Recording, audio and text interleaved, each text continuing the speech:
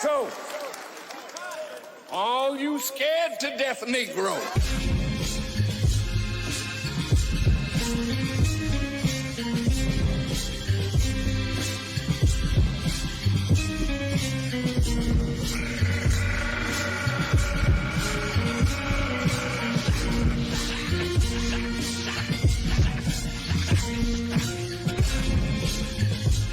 who is the so-called Negro?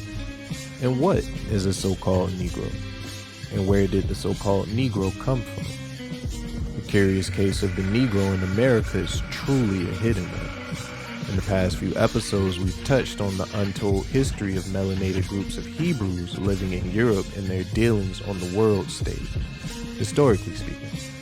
These Hebrews are documented coming to the Americas as early as the time of Charlemagne and much earlier. This, however, isn't necessarily relevant for today's dialogue, but as the episodes continue, you'll see why the correlation between the Hebrew and the Indian is constantly being made. Today, however, we will be discussing a period in American history that is often overlooked, the Trail of Tears and the events that preceded and succeeded it. This entire time frame historically is presented in a way that doesn't speak to the entire scope of what exactly took place in the Americas during that time. During the late 17 and early 1800s, this land went through a great change. The Roman Catholic Corporation known as the United States of America was firmly set in place in 1776. This could be viewed as the beginning of a series of events that virtually destroys hundreds of nations that exist in the Americas during this time.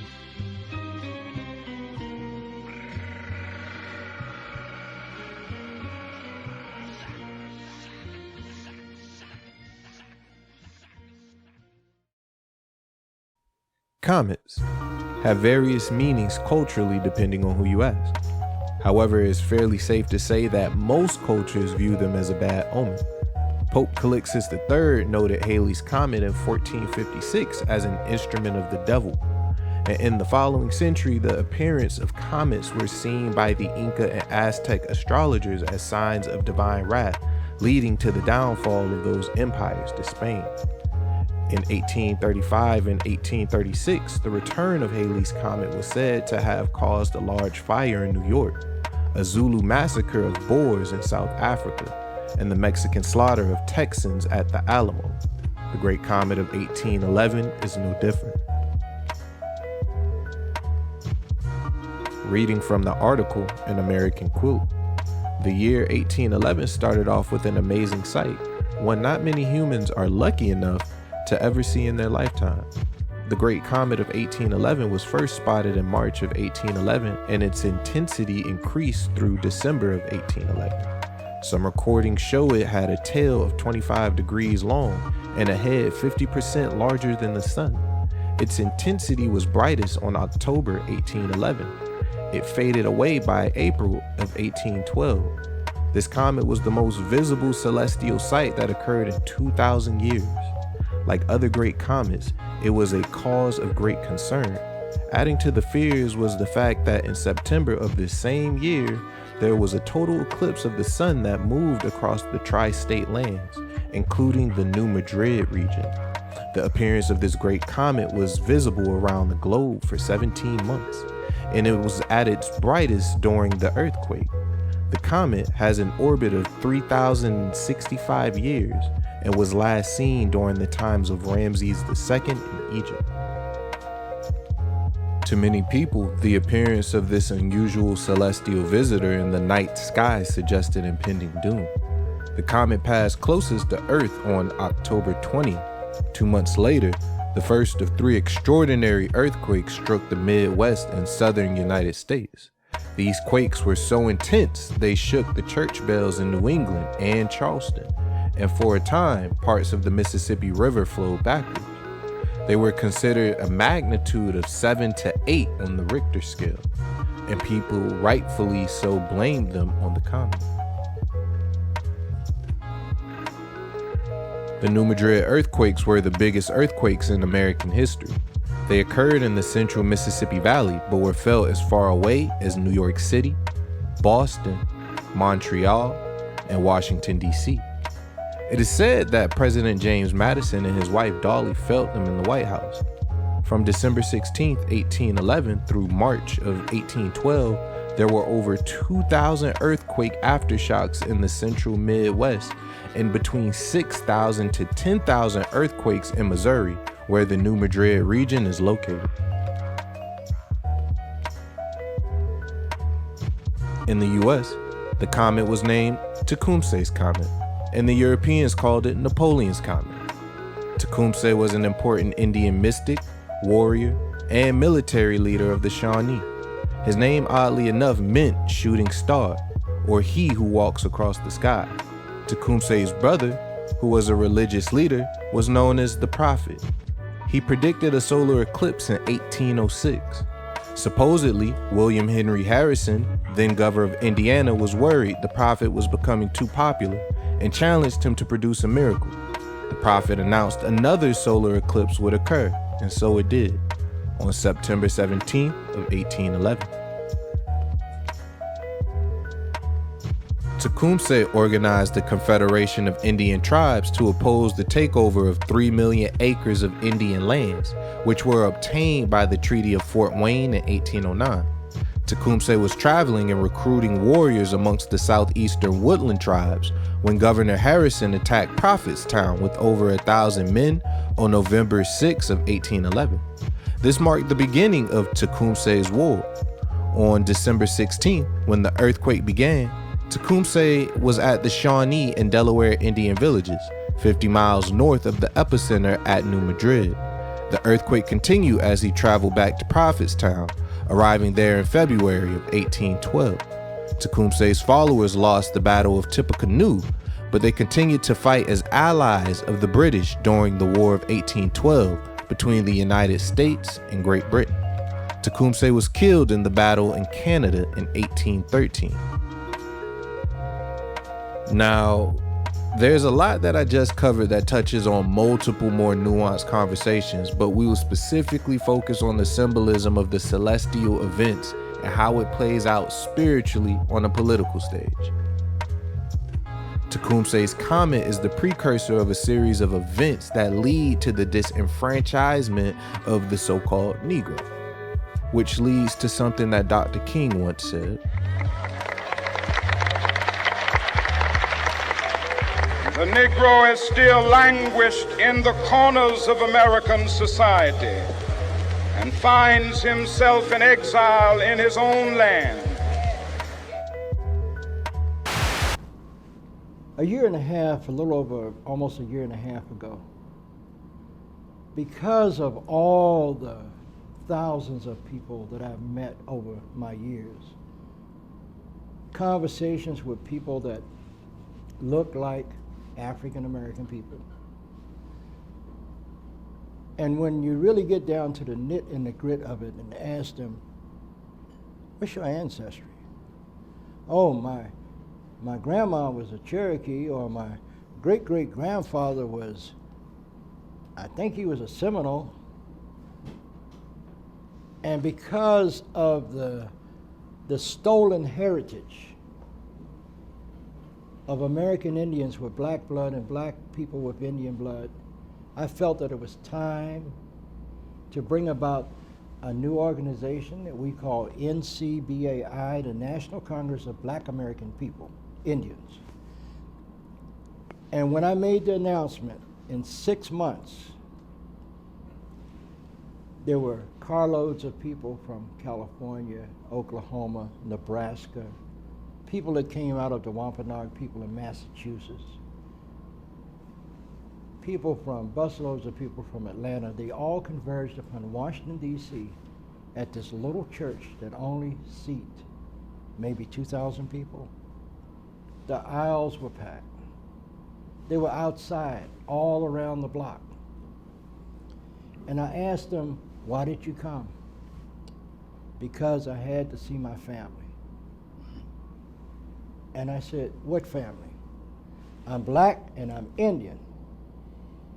And I have never been to anything where black Indians or Indians with black blood came together under one roof. comments about blacks, just casual comments about those people and how they talk and that kind of thing. And she didn't realize I was black. I could tell she didn't realize I was, but this was early on. And I called her on it. And, you know, the whole office, we got together and talked a little bit about that Valerie's, you know, mixed black and that comment. She was offended, and, you know, you ought to be. And she apologized to me, and things went on. Because of generations of prejudice and denial, much of the public and sometimes the personal memory of black Indians has been erased by those who write history and sometimes by those who live it. At that time, there was a lot of people that was using what we call pencil genocide. In other words, they were changing documents in the town halls and this and that, and unless you had some question about it, you didn't even know it. So, for example, in my dad's family, my Aunt Marion, my Aunt Josephine, and my Uncle Lewis were down as Indian. Uncle Lawrence and my father were down as black. My mother's birth certificate, she was born on Cogswell Street, which is Pawcatuck, Connecticut. And the doctor, knowing that she wasn't black, naturally, because he was very well familiar with the Babcock family, put her down as white. And a lot of us were put down as white just so we would not have that stigma of being black. I call it like erasing the ancestors, or even erasing us. They just want to erase until they get to the point where, you know, you can look and, oh, look, there's Indian Road and Sachem Street, and, you know, there's nothing left but the street signs and some cigar store Indian. You can go to any place in the state of Oklahoma, and every place every few miles up and down the highway, depending upon what nation you're in, you will find all kinds of gift shops and see things, oh, come and get a Cherokee doll, or come play some Choctaw or Creek Nation bingo, and come and do this and do that. And you can go to every one of those shops. You can go to the capital of the Choctaw Nation in Durant, or go to the capital in Tahlequah, and you won't find anything representing the thousands of African people who lived there. Thousands, not just a handful or a few dozen, thousands who were documented on the rolls. Over 20,000 African people were there. They weren't just there and invisible and doing nothing. When I would go to the various establishments, there was a color line there. And one place that I went to, it was a dance, and we went in there, and there was a Indian girl who was at the desk. And she said, I'm sorry you can't come in because you're not white. And I said, oh, I know that. I'm Narragansett. And she said, what's Narragansett? And I said, a Narragansett Indian from Rhode Island. And she said, there is no such thing. Throughout the 19th century, you get every few years a notice of the last full-blooded Narragansett has died. And the last Indian dies and dies and dies. And then by 1880, when hearings to detribalize them take place, part of the topic that is discussed in the hearings on this, and part of the rationale for detribalizing them ultimately, is that they are not authentic Indians, they are really Negroes. There's always erasure going on in terms of one's identity, and to me it seems hooked into a particular political time period in which one is living. Now, if you back up to the removal time, you could say teens through the 30s. Removal really began about, as you know, 1817, 1818. If you back up to pre-Jacksonian America, and the time of Indian removal, there's no advantage to identifying as Indian, unless it was very important for you to keep your family and kin and nation together. If you were most interested in remaining where you were, because that was sacred ground where you were living, because you did not want to be removed, then there was advantage of identifying as African, which means then you would not be rounded up, put on the rolls, and sent west, but you could stay right where you were. Around the age of 5 or 6 or 7, to discover that Gary Cooper killing off the Indians when you were rooting for Gary Cooper, that the Indians were you. The Trail of Tears isn't what most people believe it was. The Trail of Tears was a series of treaties and relocations, both forced and commercial in nature. The idea of a mass genocide isn't exactly accurate based on the records and documentation actually left behind. In fact, the Indian Removal Act of 1830 gave the President of the United States rights to negotiate with the indigenous tribes to purchase land. A majority of this was all done through usage of clever legalese, adhesion contracts, and bad business practices. This series of relocations are predominantly the Seminole, the Muskogee Creek, the Chickasaw, the Choctaw, and the Cherokee. Some of the more notable treaties include the Treaty of Fort Stevens in 1816. In this treaty, the United States government purchased over 10,000 acres of land from the Choctaw, east of the Tombigbee River. As compensation, the Choctaw received $6,000 a year for 20 years, plus an additional $10,000 in merchandise.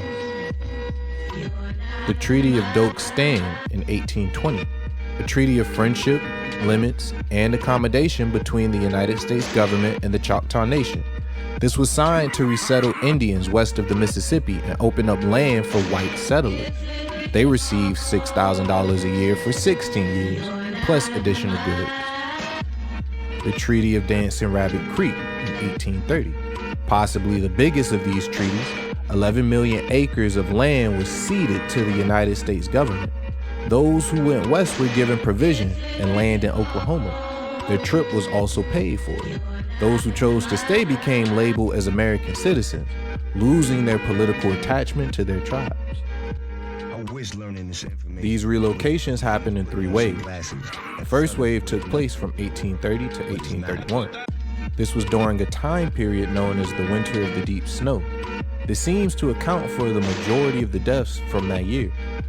The second wave took place during the cholera outbreak around 1832. Even during this, it's documented that only about 2,500 people died during this trip out of 15,000.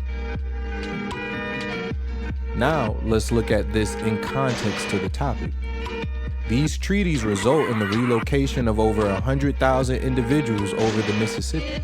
These families moved to Oklahoma, where they are allotted plots of land in which the United States Department of War at that time issued to them. As time progresses, the United States government slowly encroaches further into the freedoms of these autonomous groups of people. Indians that chose to relocate were given a semi-autonomous designation under the jurisdiction of the United States as Indian, a label placed on the aboriginals of this land by the Spaniards. However, as for the millions of other Indians that chose to stay is where the misclassification politically takes place.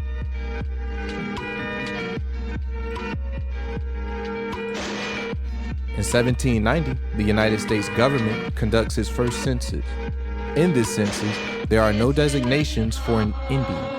There was only the free people of color, which consisted of a blend of melanated groups of people who have different ethnic and national origins, and free whites, which technically only meant living in the American colonies for 2 years prior. It isn't until 1850, after the height of the Trail of Tears, when the designation of Indian and mulatto appeared. For any Indian that chose not to head west, they were classified as free people of color and mulattoes, depending on the region they came from. One could surmise that a majority of people who actually went west were Europeans, Africans, and Asians brought by the way of the coolie slave trade. It would make logical sense for families that have no ownership or ties to land outside of their tribal affiliation to accept free land and money elsewhere and to provide for their own families. To make this historical connection even more apparent, we could point to the Gullah Geechee Wars. The first of the three Gullah Geechee Wars is recorded as occurring from 1817 to 1818. The second war followed from 1835 to 1842, and the third from 1855 to 1858. The Gullah or Geechee people who fought in these wars were an amalgamation of the autochthonous or indigenous black people of the southeastern portion of the United States and Africans forcefully brought to the Americas during the transatlantic slave trade. Embarrassed by their defeats and fears that those still enslaved will ultimately join the ranks of the self-liberated maroon groups, the United States government downplayed the gravity of these military engagements and disguised the wars they fought against the black people by calling these conflicts the Seminole Wars or the Indian Wars. These soldiers, however, knew exactly who they were fighting against. They defined Seminole to mean a domesticated animal who escapes to a wild existence, albeit some Reconstructionist historians contend that the name Seminole is actually etymologically related to the name Moor, a melanated people responsible for bringing into existence the European Renaissance. In reality, the word comes from the Muskegon word Yak Seminole, which means free people. Moreover, during the second so-called Seminole War, the American general, Thomas Sidney Jessup, wrote a letter to the self-appointed Indian killer, Andrew Jackson, warning him and his colleagues that this, you may be assured, is a Negro and not an Indian war. And if it be not put speedily down, the South will feel the effects of their slave population before the end of next season.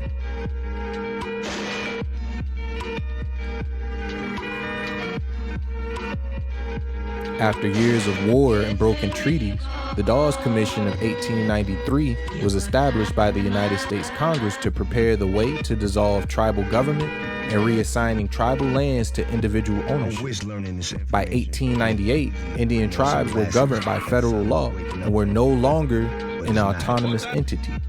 The Dawes Allotment Act and the Curtis Act enabled federal government to set up courts and enforce federal laws in Oklahoma Indian Territory. These were novel ideas to the Indian tribes who believed all land was held in common as tribal property. Each member of the tribe was allowed to use any amount he felt he needed. Some tribal members had cattle ranches and used thousands of acres. Others cultivated only 10 acres. To receive an allotment of land for in the acts, Indians needed to enroll with the Dawes Commission by tribes. Smaller tribes who considered themselves to be separate and unique tribes were enrolled with larger tribes. One such tribe was the Yuchi. The Yuchi tribe was enrolled with the Muskogee Creek tribe as Creek Indians. Not all Indians enrolled, however. Some tribal members went even as far as to renounce their Indian identity. Some protested by not enrolling because they did not want allotment of tribal lands. I wish learning this information. This may lead one to ask, are there any other pieces of information or facts that show a connection to the so-called Negro and the Indian? And a hunger for knowledge to grasp it all. So, based on these set of statistics that were kept by the Union Agency of the Indian Territory, okay, as of November 8th, 1877, there were 3,500 freedmen in just the Cherokee Nation. Now, the terms that they use are interesting because the Cherokees noted it as Black Indians by treaty. That's how we were referred to then. The Creeks are referred to as Black Indians by treaty. There were 2,500 of them. Choctaws, notice the pivot. Negroes emancipated by the Treaty of 1866. There were 4,000 Choctaws. Chickasaws were also noted as Negroes emancipated by the Treaty of 1866. There were 2,300 of them. Seminoles were considered Black Indians by treaty. There were 506. And when you total it all together, that's more than 12,000 freedmen. As of 1877, within 11 years of the Treaty of 1866, there were 12,000 of us. What does this look like when you get to the Dawes Commission? Oh, let's talk about it, okay? There were 3,900 plus Cherokee freedmen who were on the approved Dawes roll. This is not accounting in individuals who were rejected, okay? There were 5,000 plus Choctaws. There were almost 5,000 Chickasaws, over 5,500 Creeks, and 950 Seminoles. That means that there were 20,000 of us by 1906. And that was just the people who were approved. You're looking at photos of actual people who were enrolled by the Dawes Commission. If you start clockwork, you have Mayfield Riley, who was a Creek, right? Caesar Bruner, who was a Seminole. Sally Walton, who is the grandmother of Angela Walton Raji, who was a Choctaw. Gladys Ligon, who was the aunt of Terry Ligon, who was a Chickasaw. And then my two aunts, Aunt Clarence, who I mentioned to you earlier, who died at the age of 15, and Aunt Edna Rogers, who were Cherokee. So consider, freedmen of the 5 tribes are not niche. We are not a small group. There were 20,000 plus of us in 1906. Sarah Rector, born in 1902 near the all-black town of Taft, located in the eastern portion of Oklahoma in what was then known as Indian Territory. Rector's parents, Rose McQueen and her husband, Joseph Rector, born in 1881, were the grandchildren of Creek Indians before the Civil War and were descendants of the Muskogee Creek Nation after the Treaty of 1866. As such, they and their descendants was listed as freedmen on the Dawes Rolls, by which they were entitled to land allotments under the Treaty of 1866 made by the United States with the 5 civilized tribes. The parcel allotted to Sarah Rector was located in Glenpool, 60 miles from where she and her family had lived. It was considered inferior and fertile soil not suitable for farming. The family lived simply, but not in poverty. However, the $30 annual property tax on Sarah's parcel was such a burden that her father petitioned the Muskogee County Court to sell the land. His petition was denied because of certain restrictions placed on the land, so he was required to continue paying the taxes. To help cover this expense, in February of 1911, Joseph Rector leased Sarah's parcel to the Standard Oil Company. In 1913, the independent oil driller, B.B. Jones, drilled a well on the property which produced a gusher that began to bring in about 2,500 barrels of oil a day. Rector began to receive a daily income of $300 from this strike. The law at the time required full-blooded Indians, black adults, and children who were citizens of the Indian Territory with significant property and money to be assigned to a well-respected white guardian. Thus, as soon as Rector began to receive this windfall, there was pressure to change Rector's guardianship from her parents to a local white resident named T.J. Porter, an individual known to the family. Rector's allotment subsequently became part of the Cushing Drumright oil field.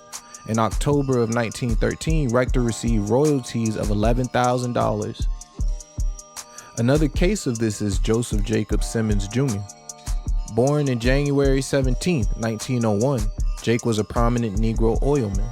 He rose above humble beginnings to become one of the most successful and most recognizable black entrepreneurs in the history of the petroleum industry.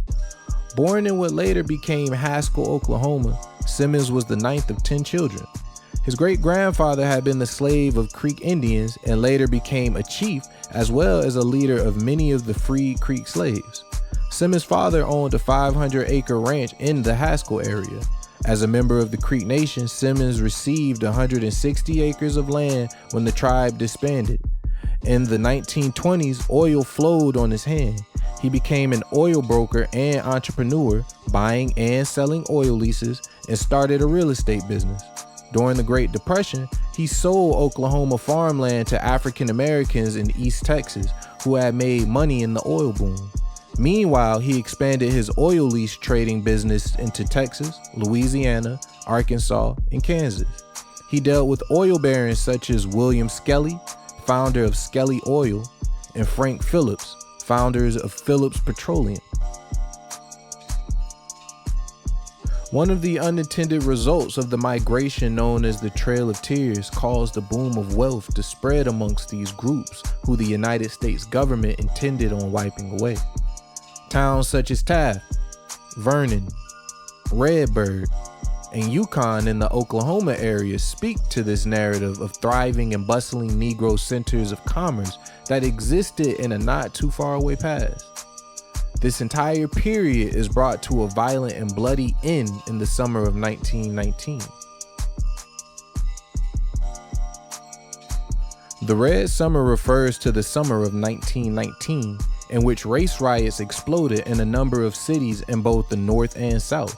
The 3 most violent episodes occurred in Chicago, Washington, D.C., and Elaine, Arkansas. On the afternoon of July 27, 1919, a stone-throwing melee between blacks and whites began after a black youth mistakenly swam into territory claimed by whites off the 29th Street beach in Chicago. Amidst the mayhem, Eugene Williams, a Negro child, drowned. When a white police officer refused to arrest white men involved in the death and instead arrested a black man, racial tensions escalated. Fighting broke out between gangs and mobs of both races. Violence escalated with each incident, and for 13 days, Chicago was in a state of turmoil. By the time the riot ended, 23 blacks and 15 whites were dead, 537 injured, and 1,000 black families were left homeless. The Chicago riot was a part of a national racial frenzy of clashes, massacres, and lynchings throughout the North and the South. All of the incidents were initiated by whites. In Washington, D.C., from July 19th to the 23rd, 4 whites and 2 blacks were killed. Whites were astonished that the blacks dared to fight back.